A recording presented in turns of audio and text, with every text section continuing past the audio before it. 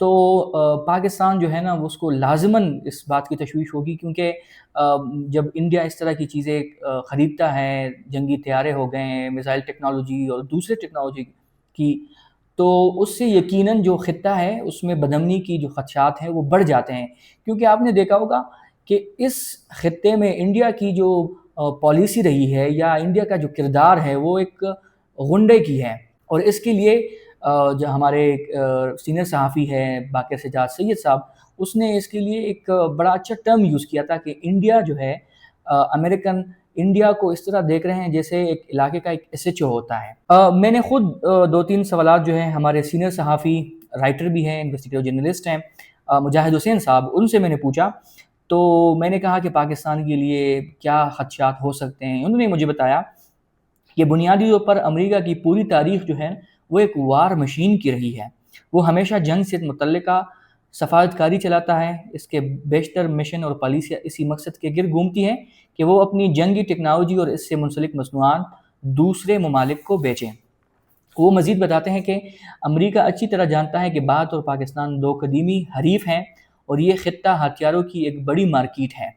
بھارت میں بھی اور پاکستان میں بھی دونوں ممالک کے درمیان تناؤ ہمیشہ دفاعی اخراجات کو بڑھتا رہا ہے۔ بدقسمتی سے حالیہ بھارت پاکستان کشیدگی کے بعد خطے میں طاقت کا توازن کچھ بگڑا ہے اور بھارت نے خود کو خطرے میں محسوس کیا ہے، اس لیے بھارت بھرپور کوشش کرے گا کہ وہ امریکہ کی جدید جنگی ٹیکنالوجی جیسے F-35 طیارے اور دیگر جدید ہتھیار خریدیں۔ اسی تناظر میں پاکستان نے بھی ہمیشہ اپنی دفاعی پالیسی کو مد نظر رکھ کر بنائی ہے،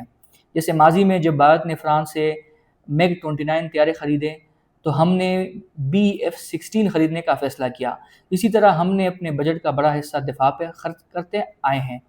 کیونکہ ہماری ضروریات بھی اسی توازن سے منسلک ہیں۔ اب اگر آپ آج کوالالمپور میں ہونے والے معاہدے کو دیکھیں تو اس کا مطلب یہ ہے کہ امریکہ کے ہتھیاروں اور دفاعی ساز و سامان کی فروخت کے لیے راستہ مزید ہموار ہو گیا ہے۔ میرے خیال میں یہ خطے کے لیے خطرناک صورتحال پیدا کرے گا۔ جب میں نے ان سے پوچھا کہ آپ یو ایس اور انڈیا کے درمیان جو معاہدہ ہے اس کو کیسے دیکھتے ہیں اور کیا پاکستان جو ہے وہ اب چائنا پر زیادہ انحصار کرے گا، تو انہوں نے اس سوال کا جواب میں کہا کہ پاکستان کی پالیسی ہمیشہ سے متنوع رہی ہے۔ ماضی میں پاکستان نے فرانس سے ایٹمی ری ایکٹر حاصل کیا، جبکہ چین نے ہر جنگ میں پاکستان کی اسٹریٹجک مدد کی۔ اس حالیہ تنازع میں بھی چین نے تکنیکی تعاون فراہم کیا، تاہم پاکستان اور امریکہ کے درمیان دفاعی لین دین کبھی مکمل طور پر رکا نہیں۔ صرف بینظیر بھٹو کے دور میں ریسلر ترمیم کے باعث F-16 طیاروں اور دیگر دفاعی آلات کی ترسیل کچھ عرصے کے لیے معطل ہوئی تھی، لیکن اس کے سوا دونوں ممالک کے دفاعی تعلقات ہمیشہ کسی نہ کسی شکل میں جاری رہے۔ اب پاکستان کے چین کے ساتھ تعلقات بھی اچھے ہیں اور وہاں سے مدد بھی مل رہی ہے، لیکن ساتھ ہی ہم امریکہ کے اسلحے کے خریدار بھی ہیں۔ جب بھارت بھی امریکی ہتھیار کا بڑا خریدار بن جائے گا تو اس کا مطلب یہ ہے کہ امریکی اسلحہ ساز صنعت کے لیے ایک نیا سنہری دور شروع ہو جائے گا۔ اس کے نتیجے میں نہ صرف طاقت کا توازن مزید بگڑے گا بلکہ پورے خطے کا امن و استحکام بھی مزید غیر یقینی ہو جائے گا۔ مجاہد حسین صاحب جو ہے وہ اس ایگریمنٹ کو اس طرح دیکھتے ہیں کہ خطے میں امن و استحکام بھی مزید غیر یقینی ہو جائے گی، اور آپ کو بھی پتہ ہے کہ جب انڈیا کے پاس اس طرح کے ٹیکنالوجی اور اس طرح کے طیارے آ جاتے ہیں تو وہ پھر کسی نہ کسی ایڈونچر میں رہتا ہے، اور خاص طور پر پاکستان کے ساتھ۔ ابھی اگر آپ ان کے پارلیمان کے جو ڈیبیٹ ہیں وہ اٹھا کے دیکھ لیں تو ان میں صرف ایک ہی چیز ہمیں دیکھنے کو ملتی ہے، اور وہ ہے کہ آپ پاکستان سے بدلہ لے لیں، پاکستان سے بدلہ لے لیں۔ لیکن ہمارے D G S P R نے بھی کہا تھا کہ اس دفعہ ایکسٹرنل جتنے بھی تھریٹس ہوں گے اس کا بھرپور جواب دیں گے، اور ہمارے جو دیگر ایکسپرٹس ماہرین ہیں وہ بھی یہ سمجھتے ہیں اگر اس دفعہ انہوں نے کوئی مس ایڈونچر کیا تو اس موتور جواب دیں گے کہ یہ جو ابھی حالیہ کشیدگی میں یا حالیہ جھڑپوں میں انڈیا نے دیکھا اس سے اس کا نقصان اور بھی زیادہ ہو سکتا ہے۔ ہر ملک کی ایک پالیسی ہوتی ہے اور وہ اس پالیسی کو مد نظر رکھ کر دوسرے ممالک کے ساتھ تعاون بڑھاتے ہیں، لیکن یہاں پر امریکہ کے ساتھ جو دفاعی ایگریمنٹ ہے اور پھر اس میں یہ بھی شامل ہے کہ آپ ان کو ٹیکنالوجی تک بھی اجازت دے دیں،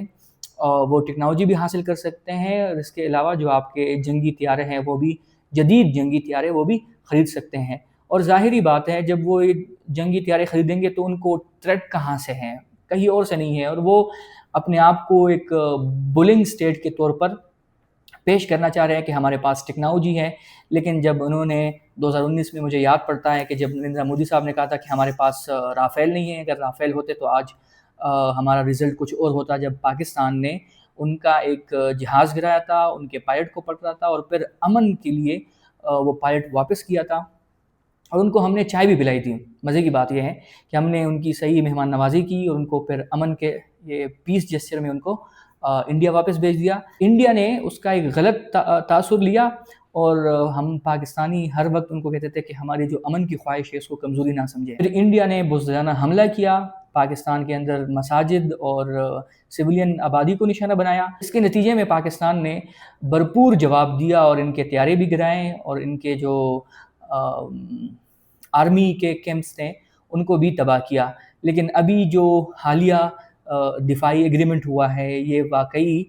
تشویشناک کے لیے ہے۔ میں یہ سمجھتا ہوں پاکستان نے ابھی آفیشلی اس پر کوئی رد عمل ظاہر نہیں کیا جب تک میں یہ ویڈیو ریکارڈ کر رہا ہوں، اور شاید بعد میں وہ اس پر اپنا آفیشیل موقف بھی دیں، لیکن میں یہ سمجھتا ہوں کہ ابھی جو خطے کے لیے ہے وہ اس سے امن و امان کے لیے غیر یقینی صورتحال پیدا ہوگی اس ایگریمنٹ کے لیے، کیونکہ میں سمجھتا ہوں کہ انڈیا کا جو ہمیشہ سے ایک رویہ رہا ہے اس سے بڑھ کر ایک بلند اسٹیٹ کی طرح ایک رویہ ہوگا۔ آپ اس ڈیولپمنٹ کو کیسے دیکھتے ہیں؟ اپنی جو رائے ہے وہ ہمیں کمنٹ میں بتائیں۔ ملتے ہیں نیکسٹ ولاگ میں، تب تک کے لیے اجازت، اللہ حافظ۔